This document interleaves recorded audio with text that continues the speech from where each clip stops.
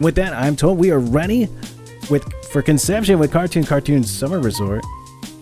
Konception, how are you doing today? Oh, Bradderfield, I am doing so good, so good. Thank you so much. I hope everyone's having a very good day out there. That last Sonic run was incredible, so I hope everyone enjoyed it. And this is of a different quality, I would say. This is Cartoon Summer Resort. Now, if you were somebody who was around the year 2000, maybe in 1999, and we're playing games on the Cartoon Network website, this game is probably something you played. It's essentially, they had a lot of different animated shorts that was going on between episodes of Cartoon Network stuff, featuring these various characters, and then they had a video game tie-in for it one summer called Cartoon Summer Resort. So we're going to get started. I'll talk a little bit more about the game's lore, quote unquote, slash what it is that we're doing as we get involved here. But here we are. Cartoon Summer Resort will begin in 3, 2, 1, go. All right. So Cartoon Summer Resort. What is this game? What are we doing? So I describe it as a quick trading RPG in quotes. It's not an RPG in the sense that, like, I have a skill tree or I level up or anything like that. But we do play as characters. So, you know, characters that are involved in this world and have to complete quests within this world in order for things to happen. As mentioned, it was on the Cartoon Network website in the year 2000. There are 4 different levels. This first level is called, oh boy, what is it called? Pool Problems is what it's called, where we're playing as a character named Uncle Gus. As I mentioned before, they had, at the time, they had all these like interstitial, kind of like mini cartoons that were taking place within, in between episodes of things, and they all featured different characters, Uncle Gus being one of them. He's just kind of like an old uncle type. I don't know how else to describe it, but what we're attempting to solve here, and you're going to see a lot of different Cartoon Network characters that were prevalent around that time just popping up, is that there is a pool on the summer resort that all of the Cartoon Network characters are staying at. And unfortunately, the pool is not working properly. It's having problems, you might say. And we need to fix those pool problems. Nobody else will, for some reason. We're the only people who decide that fixing problems is important around here.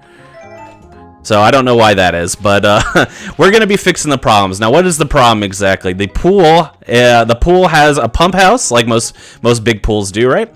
But it's going to have a pipe in there that has 5 holes in it. So we need to get things that will plug up the 5 holes within the pipe.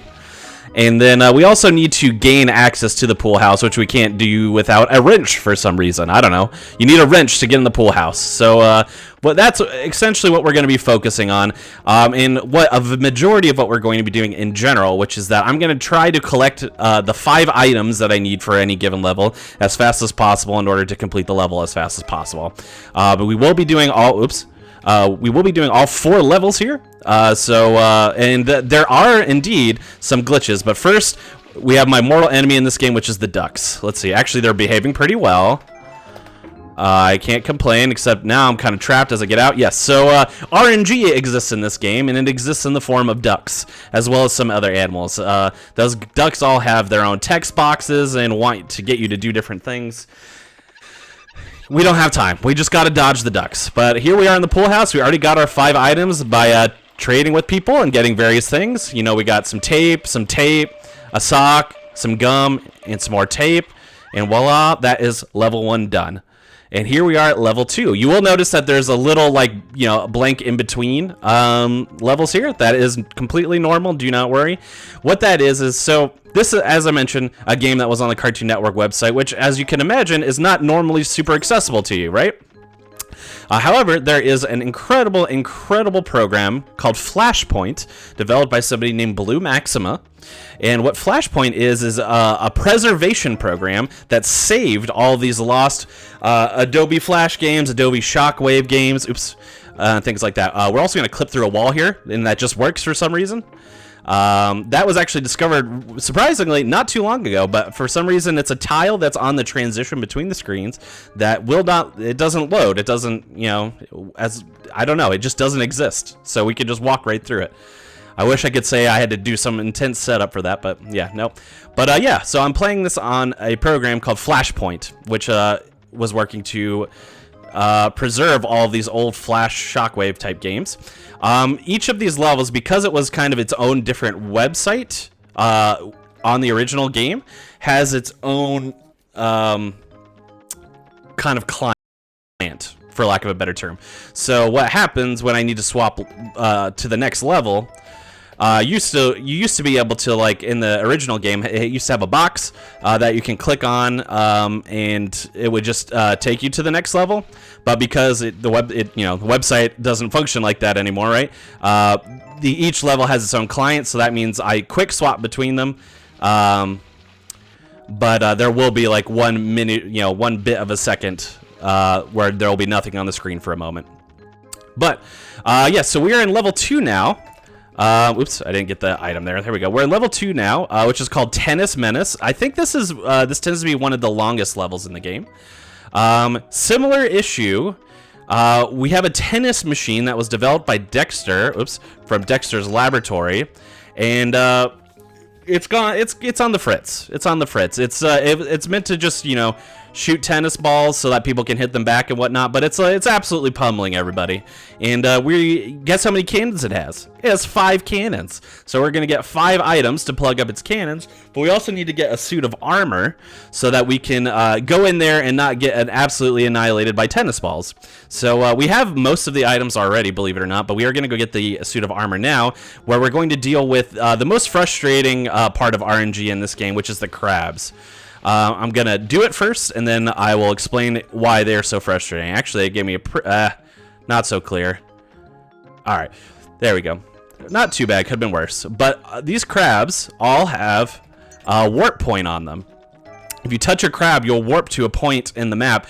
Each crab has a predetermined location. I don't know what they all are besides that one. The last crab after you get the suit of armor, because it warps you directly to here, which is where you need to pick up the last item too. So, but if I happen to have touched one of those crabs in the earlier screen where there was like 10 of them on the screen or whatever there was, I would have been warped to some point on the map that could have been close to where I was or super far away. So you really, really, really do not want to touch a crab unless you know exactly where you're going and you're trying to get to that point, like I am with that last crab. But I do have everything I need. The downside of having to use that crab warp to get to the last section is that the tennis courts are in the top right of the overall overworld map, and that item is in the bottom left. So it's literally as far away as possible. But it's still worth it because you don't have to collect other items to get that. You can just make it happen. But here we are, about to finish level 2. We're plugging the cannons with a wig, a turnip, an octopus, a pineapple, and a log. Just normal things you find out around on the cartoon resort.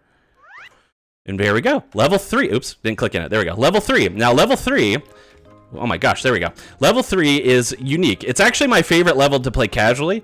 What you're meant to do is that there's a volcano that's in the ocean on the island here, and it's about to explode. So you need to save some people, namely Courage, who is trapped inside the volcano.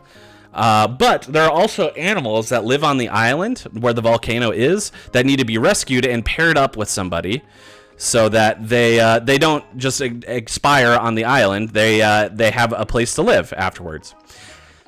So it's I think it's the coolest. Like you find all the animals. They have these talismans where like after you pair them up with the proper person on the island, then you unlock one of these gates. But this is the biggest skip in the game by far, which is that we're going to enter the volcano. You can see all those locked gates, but you could just nudge the side of that portal through the wall and skip all of the gates entirely.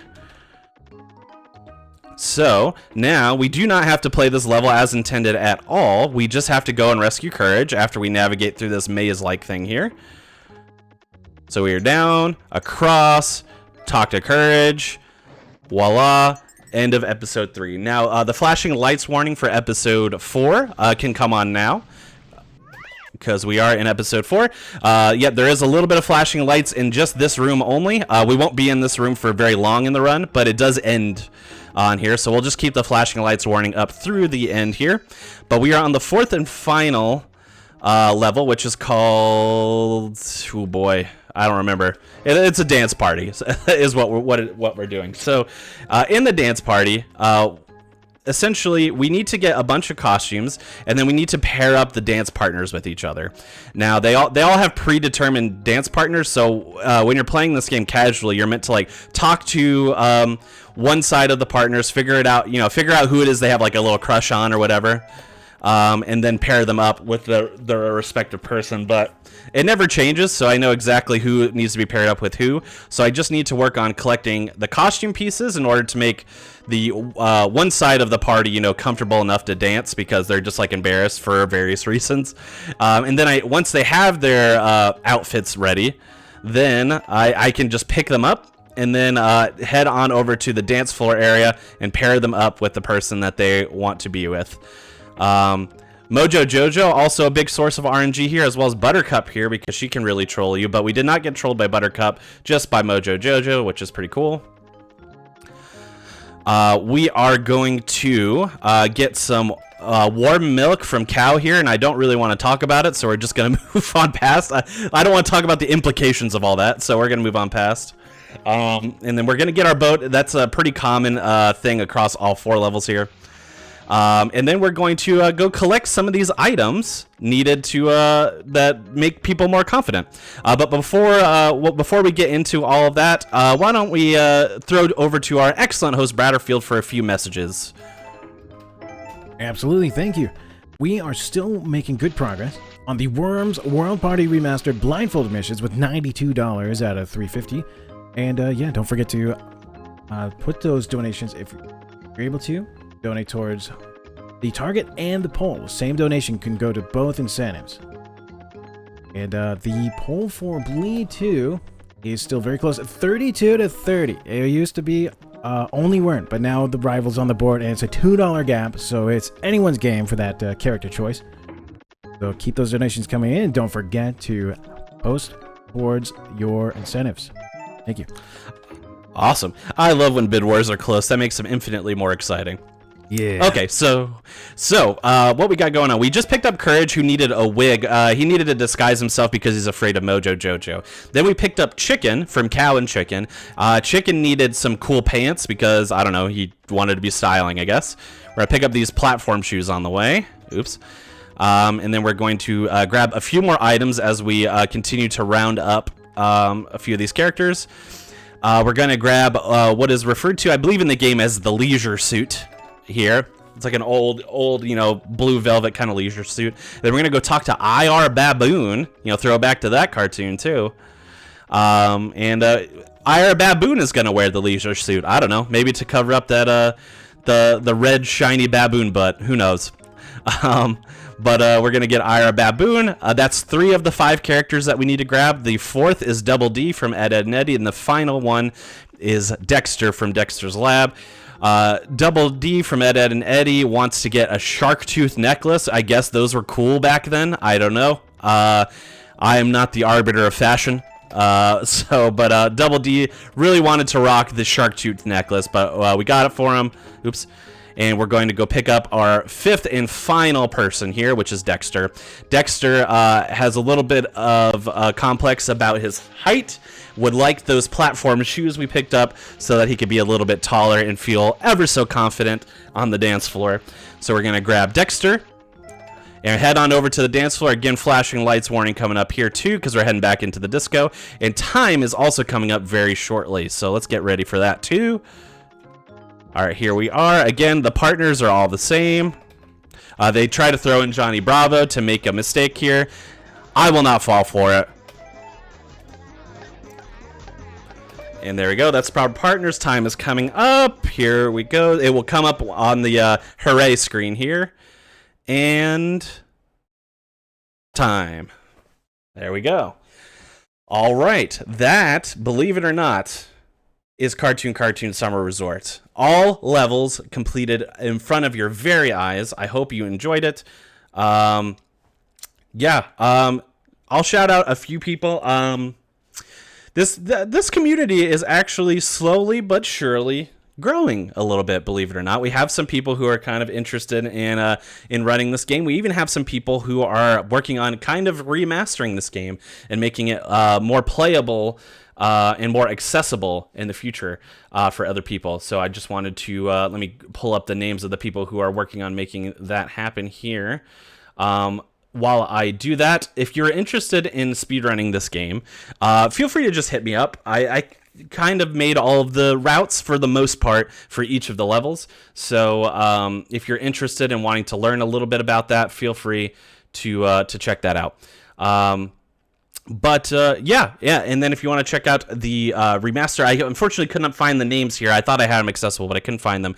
So, but if you go on over to the Cartoon Summer Resort speedrun page and you head into the forum, you'll find a link there that will link to people who are working on kind of making a remastered or at least a more accessible and more playable version of this game, which I thank them endlessly for. Otherwise, just play this game. It's fun. Yeah, it's goofy. It's a good time. You could see the mayor from Powerpuff Girls is absolutely losing his mind down there, just hopping on and off the screen. But yeah, it's a goofy time. And if you enjoy speedruns of goofy games, you're going to want to stick around because I got a second one for you coming up after this. But for now, that's it. We'll get set up for that one here in just a few moments. Like, wow, man. Yeah. This was